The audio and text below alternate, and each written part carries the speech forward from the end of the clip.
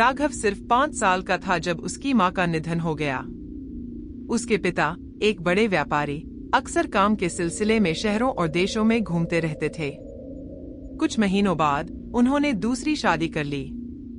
उनकी नई पत्नी, नीलिमा, दिखने में तो बहुत सौम्य थी, मगर दिल से बिल्कुल ठंडी।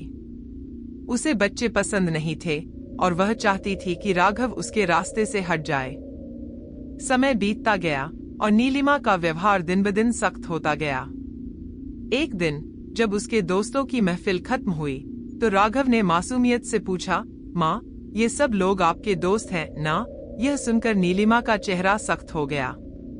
उसी रात जब राघव ने जिद की कि वह पिता से बात करना चाहता है, तो गुस्से में आकर नीलिमा चिल्लाई, क्यों नहीं चले जाते अपनी माँ के पास? राघव ठिठक गया। उसे याद आया कि तहखाने में एक पुराना कमरा था जो हमेशा बंद रहता था। उसे लगा शायद उसकी माँ वहीं रहती है। वह धीरे धीरे सीढ़ियां उतरकर नीचे गया। दरवाजा हल्की सी चरमराहट के साथ खुला। अंदर घना अंधेरा था, ठंडी हवा बह रही थी।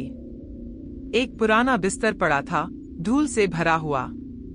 उसने धीरे से चादर हटाई और वहीं लेट गया। मगर वह अकेला नहीं था। रात दर रात वह वहीं सोने लगा। जब भी वह वहां जाता, उसे एक हल्की सी आवाज सुनाई देती, जैसे कोई धीरे धीरे सांस ले रहा हो।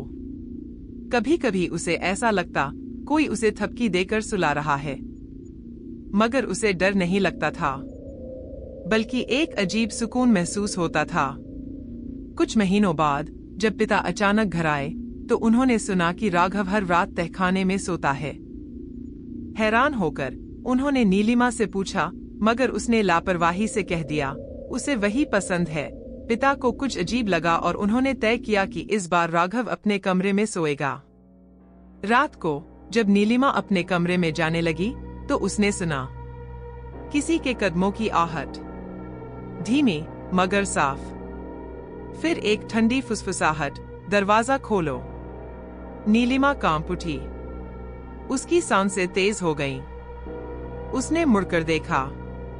सीढ़ियों पर एक साया खड़ा था, सफेद लिबास में एक औरत।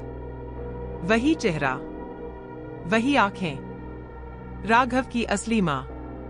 अगली सुबह दरवाजा अंदर से बंद था, मगर नीलिमा अब इस दुनिया में नहीं थी। डॉक्टरों ने कहा दम घुटने से मौत हुई है, मगर उसके शरीर पर कोई निशान नहीं था। पिता ने राघव को बोर्डिंग स्कूल भेज दिया, मगर जब भी वह घर आता, तहखाने के उसी कमरे में जाकर सोता, अपनी मां के साथ।